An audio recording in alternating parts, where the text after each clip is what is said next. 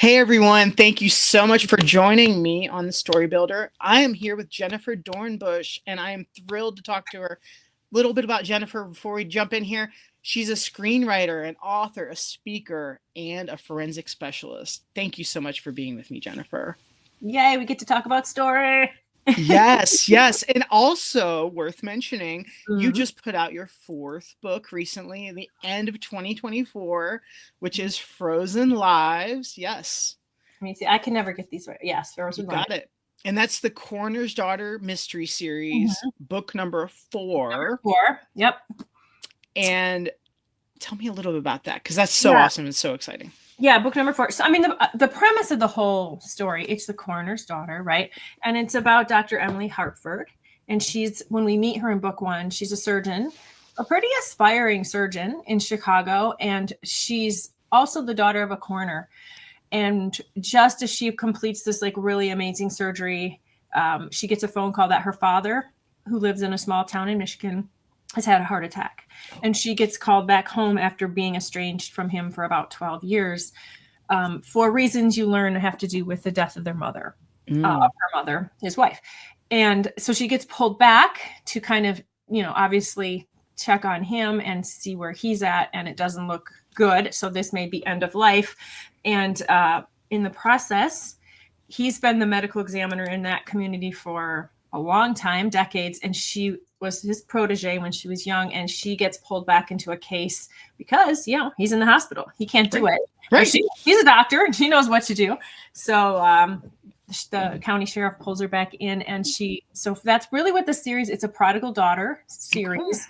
About a girl who has this forensic past and this passion that she's and all the skeletons in the closet that she has to kind of redeem, I guess. Yeah. So book 4, she's still living all the books she's living in Chicago, but in book 4 she just gets back to Chicago after solving a pretty intense case, and she gets called back because her best friend Joe's son has been kidnapped. So she rushes back up to Michigan to help search for this little boy. And as a result, they do find him, but that's just the beginning of a very wicked mystery that begins to unfold. And so she's kind of gets drawn into that and, has to track down a serial killer. Wow. Oh my gosh. What a hook right there. It's like, ooh, now we really, really want to get into this. That's awesome. Yeah. So you have 4 books now. You're working on the 5th right now. Mm-hmm. How's it been writing a series like this? Because you started this series a while ago with the Coroner's Daughter as the first one. The Coroner, excuse me. The Coroner, yeah. I mean, this was the first. I mean, my background is in screenwriting. That's how I started, and this is the first script that I ever wrote. Was the first book and so this has been for a while. Yeah. But yes, so I've been living with Emily and her world for a very long time, a couple decades. Awesome. And so when I got the chance to write the novels, it was such a blessing. And then so the first 2 came out, and then there was a little lag in time because of this little thing called COVID. Yes. And then I got a contract for 3 more books in the series. That's awesome. So 3, 4, 5. Yeah. I'm kind of going day by day with it because I kind of know generally where I want her life to go. And then now on top of it, I got a contract for another 3 more books. So I know there will be at least 8. That's awesome. I know, right? So it's super cool. I don't know what's happening in all those books, but you get to that after book 5, you get to 6. Yeah. We'll get there. I mean, I said it's a prodigal daughter story, so she needs to come home. She needs to take over her dad's post. In every book, there's a mystery she needs to solve. But then there's her personal life, which, there's a love triangle, and there's family, and there's secrets, and there's small town thingies going on. So. Can you pull the curtain back just a little bit? The background, like all right, you mentioned that you prefer like the save the cat story structure for the most part. And we know this is a mystery, so we're leaning hard into the genres. Yes. But how much are you plotting out with this versus kind of just discovering things? You're like, oh wait, this works, Yeah. awesome. How what do you really kind of like, just pull back the curtain a little bit and you're like, I started here and it, this is Yeah. what happened. I mean, as a screenwriter, which I did for a long time before I started writing up, I mean, we plot, but it's plotty. You have to turn in outlines and treatments, and you don't get away with just pantsing it in screenwriting. There's literally, contracts where you have to deliver pre-work, as they say. Okay. But I think that works really well in mystery writing, because you really do, I feel anyways, you really do have to know where things begin and end in terms of the mystery and the trails of evidence. Mm-hmm. I would say the emotional part, like the personal stories of my characters, tend to evolve more on the seat of my pants. Okay. But they're intertwined. The crime, not so much. The crime, no. I need to know. I when I teach crime writing, which I teach a lot of just crime writing, I give you this toolbox and I say, pretend you are the investigator, you are the detective, and you need to create a case file on the case that you're going to work on. So maybe for the people who are more seat of the pantser kind of writers, maybe that's a little less restrictive. If you're thinking, I just need to create a case file so that I know what is the evidence, who are the suspects, who, to at least have something in the file to draw from. So, right. Yeah. In your mind, because you've been doing this for a long time, being the daughter of a medical examiner, are you kind of just pulling out like, okay, this is what the typical crime looks like. Okay, there was a body found. What's the evidence? Are you really kind of just pulling out that, like, you're almost like visually thinking, okay, these are the steps we go through? Is that kind of what you're doing? Because you're so used to it? Yeah. I mean, what's so great about forensic science is that it is a science and there are protocols to how crimes are investigated. Mm-hmm. And so once you know that in a sense informs the way you can plot, that gives you this kind of structure. I knew, growing up as the daughter of a medical examiner whose office was in our home, I was privy to a lot of information, probably too much, about how death investigation works. So I knew that world really well.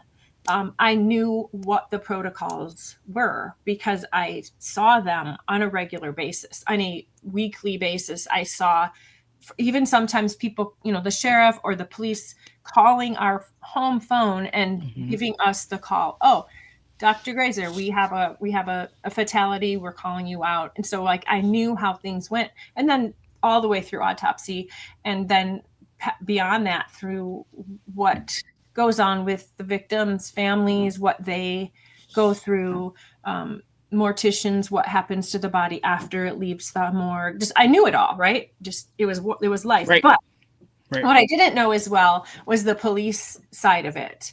And so I went back to school, about 15 years ago, to the Los Angeles Forensic Science Academy to learn that end of things. And I was like, they're literally train you to be out on the field, although they knew I was a writer and I wasn't really planning to do that. But I was with instructors and students who we were being trained to literally go out, and we did practicums on crime scene investigation. So I think, am I answering your question? I think I'm answering your question. You are, but let me just follow up on top of that. Anything that jumps at you is like something most writers miss, because like surprising things like within that context of crime scene investigation, stuff like that, like the basics, because let's be honest, a lot of us, it's like, hey, I saw this on CSI. That's how it works, right? I mean, that's kind of the assumption. You see it a lot and you're like, that's how it works. Yeah, you get that call back immediately and they have the results immediately. That kind of thing. Not quite.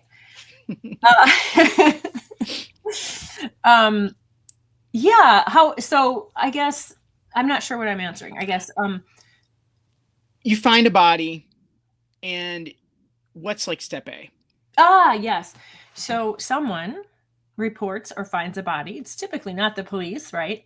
Mhm. Housekeeper finds a dead body. Yep. The next morning, calls the police. The first responders come out. So if you're not sure if that person is alive or dead, you're going to call the EMTs are going to come out. The police are definitely going to come out. If you are sure, then the next thing is going to be there. If it looks suspicious at all, which a lot of times when bodies are called in, it's because of a suspicious nature. They're going to determine.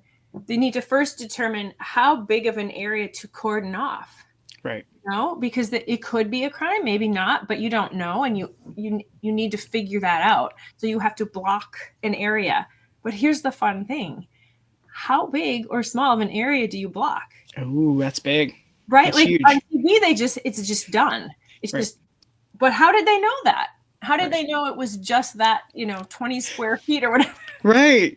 You're right. Setting the scope here. Like, what is Right, it? The what's whole, the scope? what if it's an apartment building? Is it Right. the entire building, or is it that one apartment?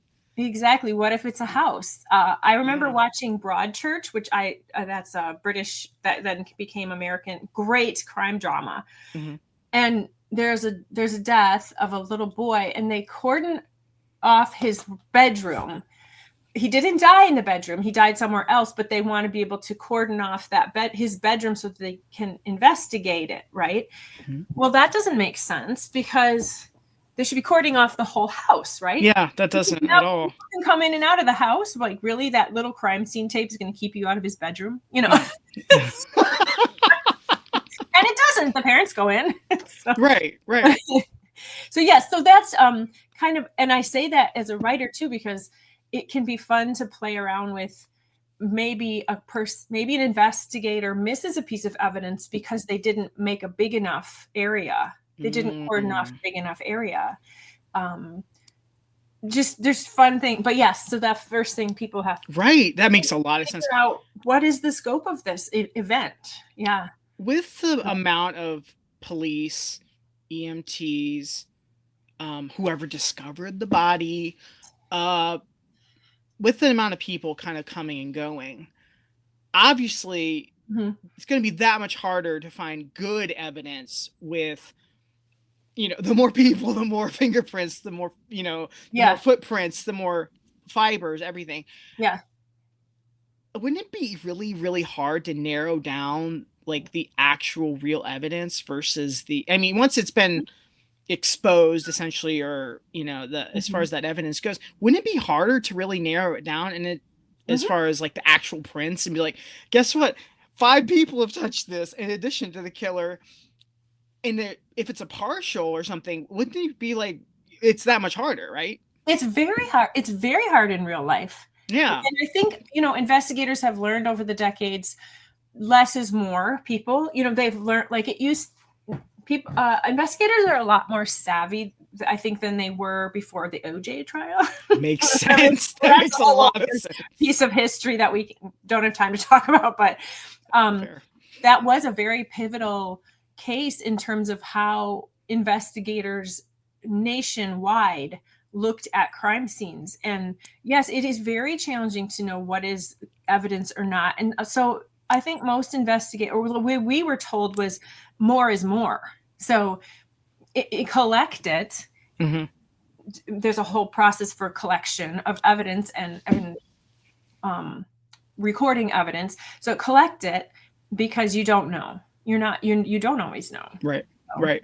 Processing as much as possible. Yeah. Do you find it a challenge saying, okay, writing a story is not necessarily like real life? Because in real life, you might, have several people screw up, kind of referring to the OJ trial, right, where it's like, if several people made mistakes and no prints were found, whereas you're writing a story and you're like, I need this print to be found. Is it kind of hard at judging between the two? Like, okay, real life versus fiction. Do you kind of have to say, okay, I'm going to lean toward the fictional story. Okay, let's go here. Isn't that kind of like, because I could see the struggle, like, okay, is this realistic or is it a little suspension of disbelief here? We're just going to kind of point you this way. Because I personally struggle with that a bit as a writer. Yeah. Like, and I'm making this up because I'm the writer versus, Exactly. this is how it really works. And, that investigator was hungover and not paying attention and totally missed this one obvious thing. And I love that. That's what we should be doing as writers.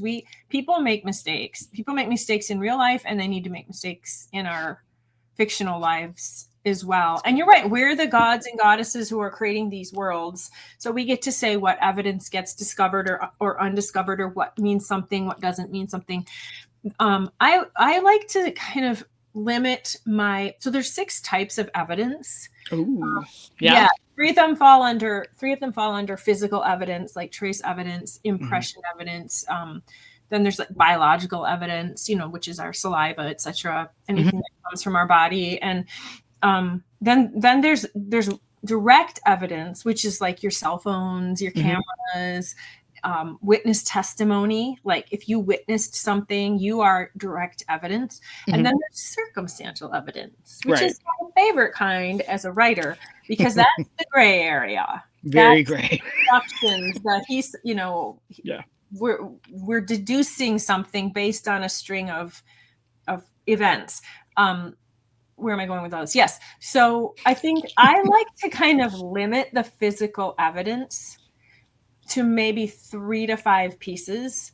And then I like to lean more heavily on witness, direct evidence and circumstantial evidence, because that's where you get your characters talking. Right. Interaction. Yes. And circumstantial can be so gray, leaves the reader guessing too. Cause it's like, it's almost like you're right on, you can change your mind a lot really fast. So that's, and our memories are not great, like I was thinking that when you mentioned witnesses, I was like, you could ask 5 witnesses 5 things, and they're going to all say something different. And I love, I mean, that's really frustrating for the legal system and it's frustrating for detectives and attorneys and stuff. However, it's great for writers. Have you always been drawn toward mysteries? Is that your favorite kind of story? Yeah, I have. I do write other things, and I'm starting to write more things, but when you first sit down to become a writer, you remember that moment? I do, actually, yes. And for me, I was in screenwriting school. I was learning screenwriting, and we had lots of wonderful mentors and instructors, and they would basically say to us, like, and this was just kind of a survival tactic. And I think it's the same in the publishing world as well. But it was like, you need a brand. You need to pick a lane. Yeah. Because when a producer is looking for a project or is trying to pitch you, or an agent or a manager or whatever, they're like, this is the girl who does blah, blah, blah, blah. Yeah. And so, but I realized too, as I was sort of pitching out, I was very adverse to that idea at first. I'm like, I want to write what I want to write, whatever comes. Wherever the muse guides you. Yeah. It's fine. I can do it. And I did try many things. I tried children's. I have an inspirational drama that was actually made into a movie and went into the theaters. Like, great.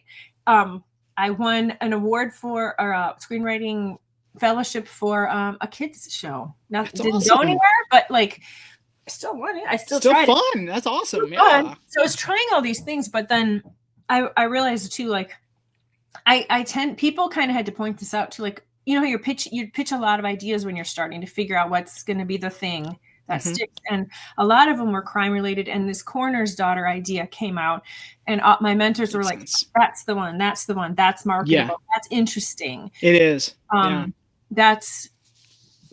Go with that. I was like, okay. So, I mean, it was my first project. So I'm like, oh, they must know. Apparently they did. So anyway, all that to say, once I got into it, and then I was like, wait, how do you write a crime story? How does one do that? I started studying the genre in film and television. I watched tons of stuff, and I just took notes. I was like, what's the formula, right? Because it does break down to formula. Yep. And I sort of broke what I called it ingredients, because I like to cook. And nice. That makes sense. Yeah, absolutely. Like, what are the ingredients that make for a really great crime story? And out of that came what I teach, but it also helped me figure out how to write this genre because I couldn't find any books or anything on it at the time. So that's fascinating, though. World, yes, but they're also kind of convoluted. Yeah. But I was just focused on TV and film, and there was nothing. There's tons of books on how to write for film and TV, but nothing specific to the crime genre, right. Which is huge. Yeah, it's everywhere, and it can be comedies. It can be in so many. This one, I don't know if you could see that. That is a little bit. Raising Arizona. Yeah. Which is my favorite crime genre, crime drama comedy. It is. I can break it down for you. It is a crime. Bet you can.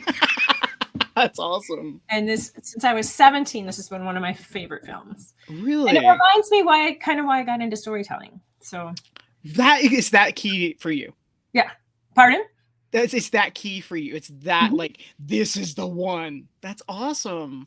Right, because it's got a really strong mystery plot, right?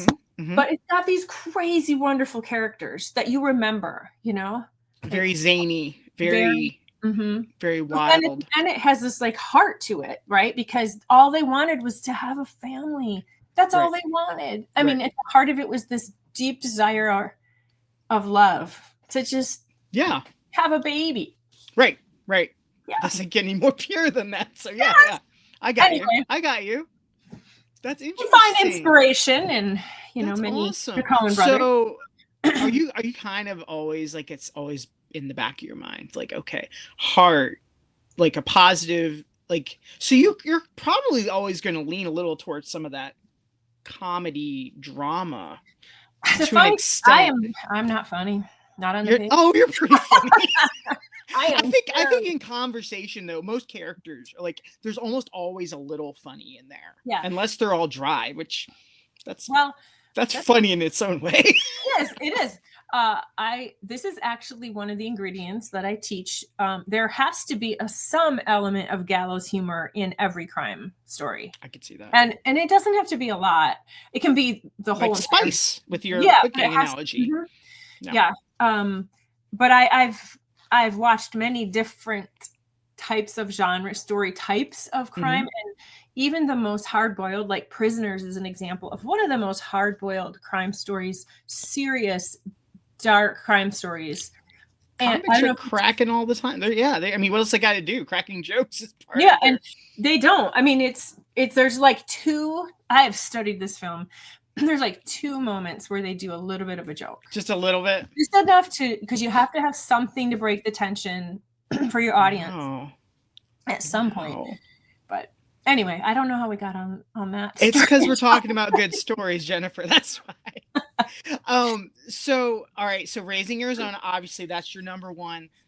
Any others that totally stand out to you? Gosh. I am a huge Mindhunter fan. Oh, yeah. They should have continued that. Oh my gosh.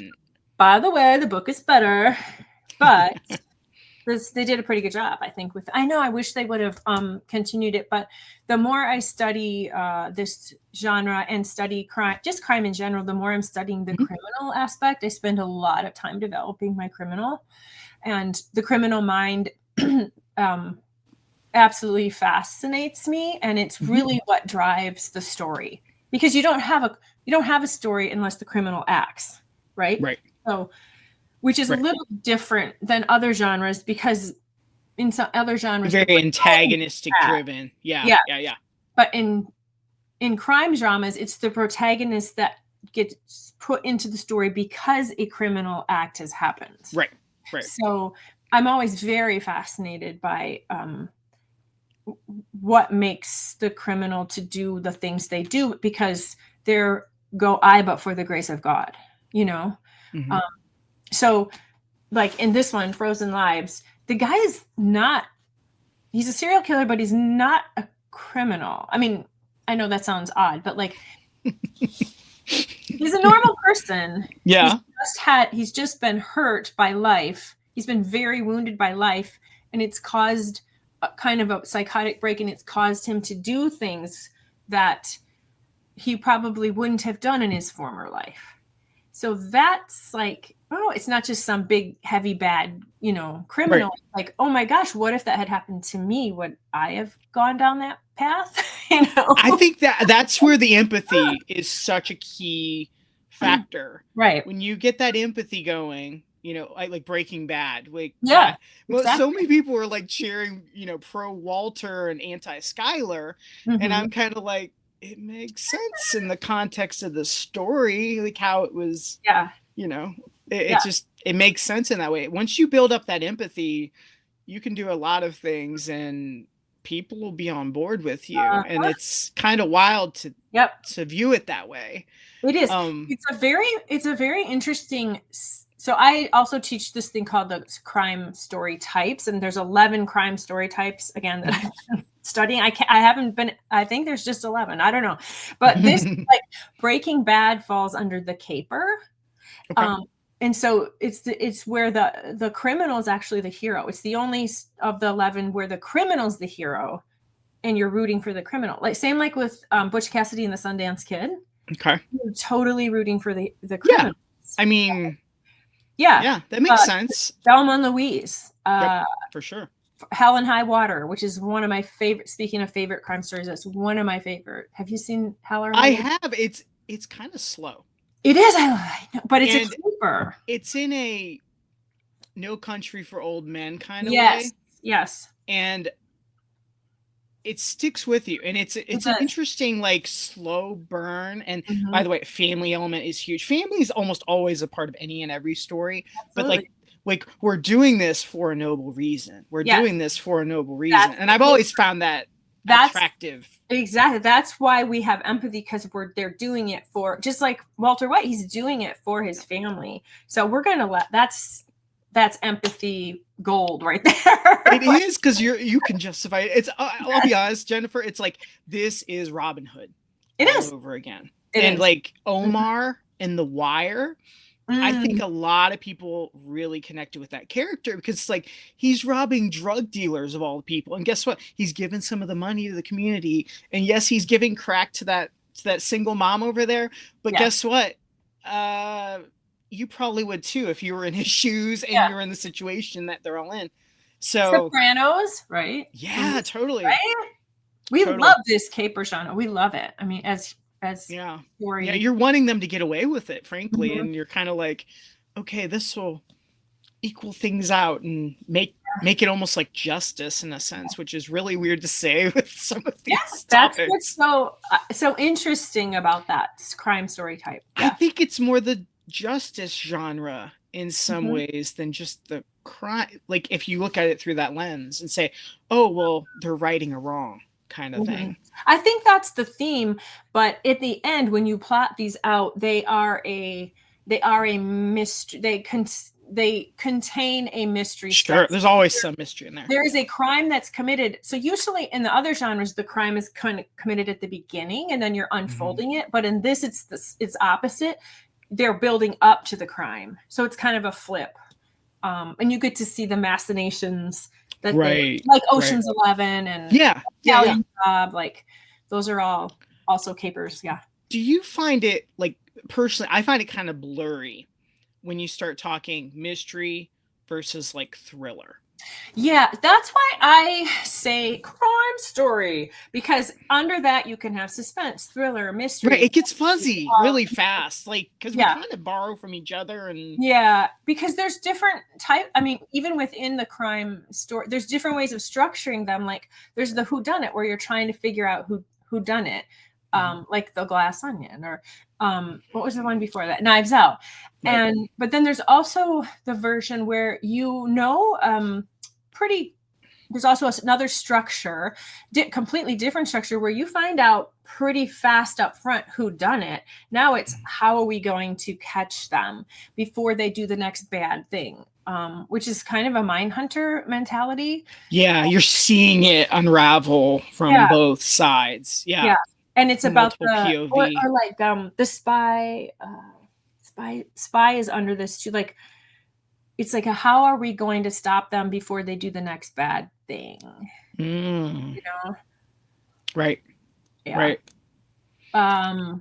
What's the other great example? Hannibal Lecter. That's kind of Silence of the Lambs. Sure. Silence of the Lamb. Yeah, Silence of the Lamb. It's kind of like they once they figure it out, and then it kind of, like you said about midpoints earlier, we were talking about midpoints. By the midpoint, you know, now it's like we got to find him before he kills the next victim. And excuse me, Silence of the Lambs is a really, really interesting example because Lecter's not the main bad guy for a good portion of the story. No. He just has his own little trail of destruction, but Buffalo Bill was the bad guy. Yeah, because and they weren't really connected other than that Lecter knew who was doing it. Other than he was a genius psychiatrist. It's like so that's way, a fun it is fun, right? But by the way, though, having an FBI student go no. That's one part I'm like, that drives me a little crazy. I'm like, this person hasn't even graduated from an FBI training and they're gonna go chase out. No. That's that suspension of disbelief thing going on. I'm like, that's forever. Not even. No. Oh my goodness. Now, you've mentioned before the importance of community when writing. Can you expand on that? Like, what does it look like for you? Community is very important to me in all aspects of life. And I just want to preface this by saying I'm a classic introvert, but it's essential to who we are as human beings and thriving and surviving well. And as a writer, I got this early on, and thankfully, screenwriting is a little more communal than, say, novel writing. Right. So I was really blessed to have been brought into this very strong community of writers when I started. Like, it took me a while to get there, but by the time I dove into this, I went through Act 1 writing program in LA, and they have a really strong community and alums. And when I moved to LA in 2006, I jumped into their TV writing track, and a good portion of those people who were in that track with me are still my friends, and we are still part of the same writing group. That's so cool. So, no, it was 2007. Yeah. So we're at 18 years. Yeah. We're still in touch almost on a weekly basis. That's incredible. You really connected. Yeah. And it's been up and down. But we're there for each other. And now that I'm part of also writing novels, I'm in communities like Sisters in Crime has a chapter here where I live. Nice. They have chapters everywhere. Mystery Writers of America. Yep. I have also smaller communities of just writers I know personally that I can reach out to. And it's very important because it is, first of all, it's hard to learn the craft and to perfect the craft. And then there's the whole element of, it's a very competitive profession.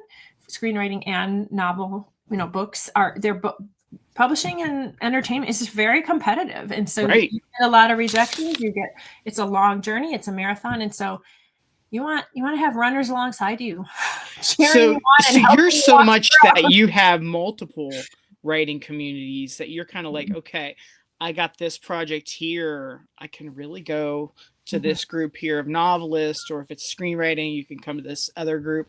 That's really cool because that's really nice. Even more valuable because it's not like a one-trick pony that, hey, that's really cool. How do you stay connected? You just keep messaging them and you just kind of make it intentional? Yeah, you do have to make it intentional. And I mean, I'm great with my screenwriting community. There's a guy there who really has kept us all connected, and I'm really eternally grateful to him. He's always, hey guys, what's going on? Does anybody have anything to share? Like, he's always checking in with us, and it's like his mission. And I'm so grateful because we probably would have all splintered, especially during COVID, because we were meeting in person before COVID. And then after totally different. Yeah. After COVID, about a couple of us just left the state, a couple of us left LA. And so but during COVID, we started meeting on Zoom as the world did. And then thankfully we were able to continue it because as people moved out of the state, but I do really, really miss those, nights where we'd go to the cafe and have pie and sit there for 3 hours and talk. I That's miss awesome. that, and I'll never get that back. We'll never get that back. But you just got to stay in touch. Yeah. You can at least do some things still, and different doesn't always mean Right. Different can still be good. It can be really good, really great. Exactly. That's awesome. So a lot of it you're saying is just being intentional. It is putting yourself out there, right? And being like finding the right fits is obviously part of it too. Yeah. And there's a couple women here in my city that are really great, pretty successful mystery writers, and we just connect. I was on a panel with one of them, and then she and I and this other one went out afterwards, and we all just sort of connected. And so now we've kind of like, oh, hey, we should, this is a thing. We should do this. So when we get together, we don't really talk, like workshop our writing, but we are at a point where we need to just have that community to be like, hey, I need to talk through this thing that's happening. Yeah. Or honestly share publishing gossip or whatever it is. Right. Like, sometimes it's like, you just need to, or like, hey, what does your writing life look like? Am I not crazy? It's always good to get some validation. What's going on? Oh yeah, you don't shower for 2 days either. Okay. That's funny. Good to know. That's funny. Oh, that's too funny. Now, any words of encouragement or advice for other writers? Doesn't have to necessarily just be for crime, but like you're saying, obviously get community. Don't go in alone, but just stuff that anything that you really find helpful in your own journey. Yeah, the journey changes, right? So at the beginning of the journey, hopefully others won't experience this because it's not pleasant, but I had a lot of naysayers, including my own family. And I had a lot, not my husband, he's always been amazingly supportive. But other pieces of my family and just other naysayers. And it's hard. Don't listen to them. It's hard not to listen to them, but don't listen to them. Because if you have been called to do this, to be a storyteller, then you must move forward. And there will always be naysayers, people who are like, how are you going to do that? How are you going to make money? That's just a hobby or whatever, I could go on and on with the lies. And you don't know where it's going to be ending up. But if you listen to the naysayers, it's like you've just got this little seed that you're starting to plant and water. And if you do not protect that seed, and I don't know, I'm a gardener, so like I will protect my seeds indoors first when I start them.